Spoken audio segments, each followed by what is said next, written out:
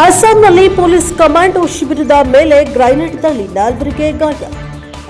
ಅಸ್ಸಾಂನ ತಿನ್ಸುಕಿಯಾ ಜಿಲ್ಲೆಯ ಜಗುನ್ನ ದಾಸ್ ಮೈಲ್ ಪ್ರದೇಶದಲ್ಲಿರುವ ಪೊಲೀಸ್ ಕಮಾಂಡೋ ಶಿಬಿರದ ಮೇಲೆ ಇಂದು ಮುಂಜಾನೆ ನಡೆದ ಗ್ರೆನೇಡ್ ದಾಳಿಯಲ್ಲಿ 4 ಸೈನಿಕರು ಗಾಯಗೊಂಡಿದ್ದಾರೆ.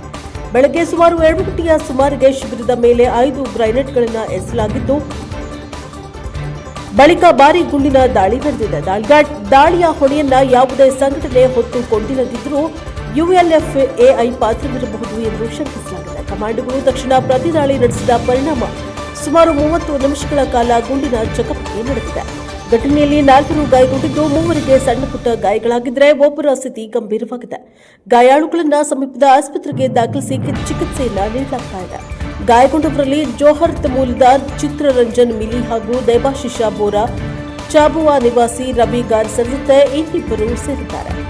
ಅರುಣಾಚಲ ಪ್ರದೇಶದ ಗಡಿಯ ಸಮೀಪ ಇರುವ ಈ ಪ್ರದೇಶದಲ್ಲಿ ಭದ್ರತಾ ಪಡೆಗಳು ಶೋಧ ಕಾರ್ಯಾಚರಣೆ, ದಿಗ್ಬಂಧನ ಹಾಗೂ ವೈಮಾನಿಕ ಕಣ್ಗಾವಲುಗಳನ್ನು ತೀವ್ರಗೊಳಿಸಿವೆ. ಅಸ್ಸಾಂ ವಿಧಾನಸಭಾ ಚುನಾವಣೆಯ ನಡುವೆ ನಡೆದ ಈ ದಾಳಿ ಭದ್ರತಾ ಕಳವಳಗಳನ್ನು ಹೆಚ್ಚಿಸಿದೆ.